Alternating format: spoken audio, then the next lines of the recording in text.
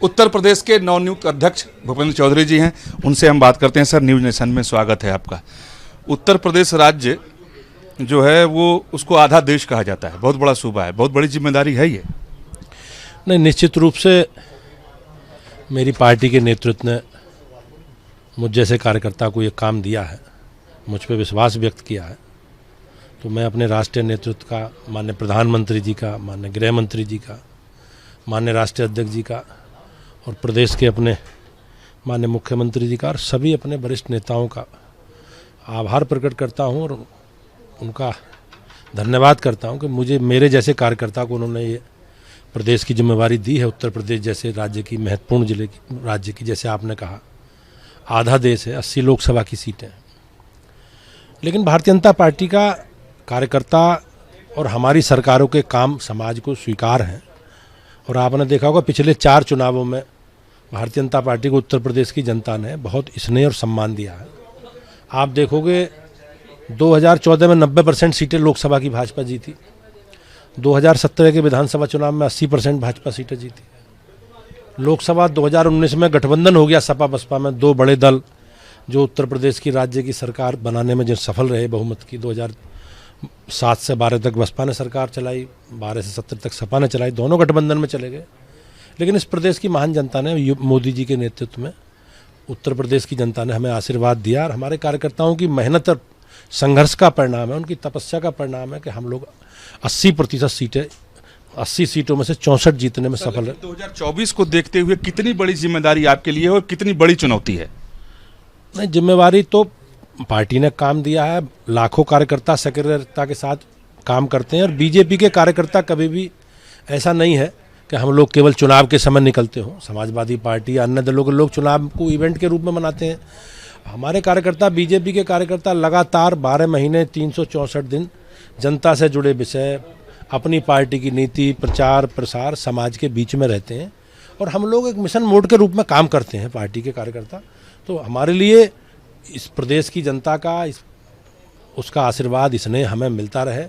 हम अपने देश के प्रधानमंत्री जी के नेतृत्व में, उनके मार्गदर्शन में भारतीय जनता पार्टी एक बड़ी विजय की ओर बढ़ रही है, ऐसे ही मुझे विश्वास है। अध्यक्ष के ऊपर एक बहुत बड़ी जिम्मेदारी होती है कि सरकार और संगठन में वो तालमेल बिठाकर चले, सरकार और संगठन के बीच तालमेल ठीक रहे। अध्यक्ष के ऊपर एक बहुत बड़ी जिम्मेदारी होती है। सवाल था कि उत्तर प्रदेश से बार बार खबरें आती हैं कि कार्यकर्ता नाराज हैं, वो बहुत संतुष्ट नहीं हैं, खुश नहीं हैं सरकार होने के बावजूद। तो क्या मानते हैं कि अब सब कुछ ठीक ठाक हुआ, क्योंकि बहुत प्रतीक्षा के बाद अध्यक्ष मिला है? उत्तर जनता पार्टी का कार्यकर्ता एक विचारधारा से जुड़े लोगों का एक समूह है, वही भारतीय जनता पार्टी है। हम लोग एक विचार के लिए काम करते हैं और पार्टी ने एक विचार के लिए जो हमारा कोर एजेंडा था, हमारी केंद्रीय पार्टी ने भी, राज्य की पार्टी ने भी उन सब विषयों को पूरा किया है। हम लोग कहते थे भाजपा की सरकार आएगी तो धारा 370 हटाएंगे कश्मीर से, हम लोग, हमारे कोर एजेंडे का विषय है। हम लोग कहते थे भाजपा की सरकार आएगी तो भगवान श्री राम के जन्म स्थान पर भव्य राम मंदिर बनाएंगे। हम लोग कहते थे भाजपा की सरकार आएगी तो कॉमन सिविल कोड लागू करेंगे, शरणार्थियों को नागरिकता देंगे, घुसपैठियों को बाहर निकालेंगे। इस एजेंडे के आधार पर कार्यकर्ता संघर्ष करते रहे और उनके इच्छा के अनुसार, उनकी भावना के अनुसार ही सरकार काम कर रही है। सब लोग संतुष्ट हैं। कुछ लोग विषय मीडिया के माध्यम से कुछ इस तरह की बातें आई हैं, तो हम सब लोग बैठकर सामूहिक रूप, नाराजगी दूर हो जाएगी, सामूहिक रूप से बैठ के एक निर्णय करने की पद्धति, परंपरा संगठन की है, उसी को आगे बढ़ाएंगे और निश्चित रूप से सब पूरा परिवार संगठित होकर, चाहे सरकार हो चाहे संगठन हो, हम सब लोग एक विचारधारा के आधार पर हम लोग इस राज्य की, प्रदेश की शासन व्यवस्था को चलाएंगे।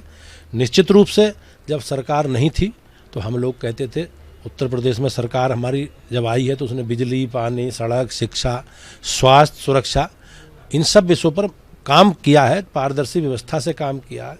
और आप देखेंगे हमारी सरकार ने जितनी भी लाभार्थी परक योजना है, हमने कोई उनको भेदभाव नहीं किया, किसी नागरिक में भेदभाव नहीं, हमने सबको लाभार्थी परक योजनाओं से जोड़ा है और आम आदमी के विकास के लिए प्रदेश की सरकार योगी जी के नेतृत्व में और केंद्र की सरकार माननीय मोदी जी के नेतृत्व में संकल्पित है। सर, पश्चिमी उत्तर प्रदेश बीजेपी के लिए चुनौतीपूर्ण रहा है। आप पश्चिमी उत्तर प्रदेश से आते हैं और जब आपकी नियुक्ति के बाद ये चर्चाएं तेज हो गई हैं कि क्षेत्रीय और जातीय समीकरण को साधते हुए बीजेपी ने बागडोर आपको सौंप दी। मैं बीजेपी का कार्यकर्ता हूँ और मेरे पास लंबे समय तक बीजेपी का काम रहा है, तो मुझे इस रूप में न देखा जा।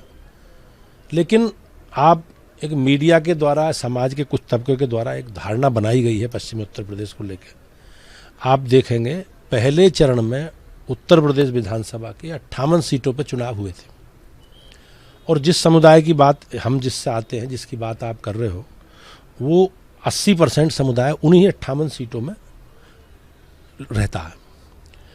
पूरे प्रदेश में जितने भी आप चरण हुए, उन पहले चरण में बीजेपी का स्ट्राइक रेट सबसे अच्छा है, और जाटों की संख्या अलीगढ़, आगरा, मथुरा, हाथरस, बुलंदशहर, आपके नोएडा, गाजियाबाद, हापुड़, बुलंदशहर, ये सारे, बागपत, ये सारे ज़िले हैं। तो आप कैसे कह सकते हो कि साहब समाज ने या जनता ने, समाज के सब वर्गों ने मोदी जी के और योगी जी के नेतृत्व में विश्वास व्यक्त नहीं करा? बागपत जिले की 3 सीटों में 2 सीटें बीजेपी जीत गई, जो बिल्कुल एकदम लोकदल का गढ़ था। समाजवादी पार्टी के बड़े नेता अखिलेश यादव की जो उनका गृह जिला इटावा, 2 सीटें 3 में भाजपा जीत गई। कन्नौज की तीनों सीटें बीजेपी जीत गई।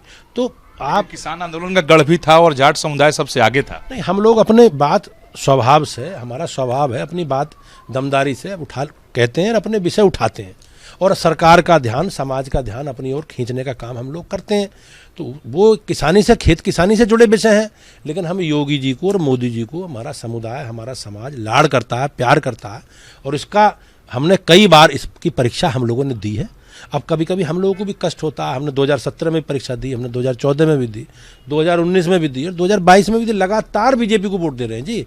अब कुछ लोग हैं वो अपना एजेंडा चलाते हैं। अब एक परीक्षा 2024 की भी है, तो क्या माने कि आपके नेतृत्व में पार्टी इतिहास दोहराएगी? मैं परीक्षा के कार्यकर्ता के नाते, पार्टी के नाते परीक्षा तो रहती है, हम लोग जब भी चुनाव में जाते हैं लोकतंत्र में, लेकिन कोई चुनौती नहीं है। प्रदेश की जनता और देश की जनता योगी जी और मोदी जी के नेतृत्व में जो सरकारों ने काम किए हैं, हमारे कामों ने, उन कामों के आधार पर और भारतीय जनता पार्टी के कार्यकर्ता की सक्रियता और मेहनत के आधार पर उत्तर प्रदेश की सारी सीटें बीजेपी जीतने जा रही है लोकसभा की।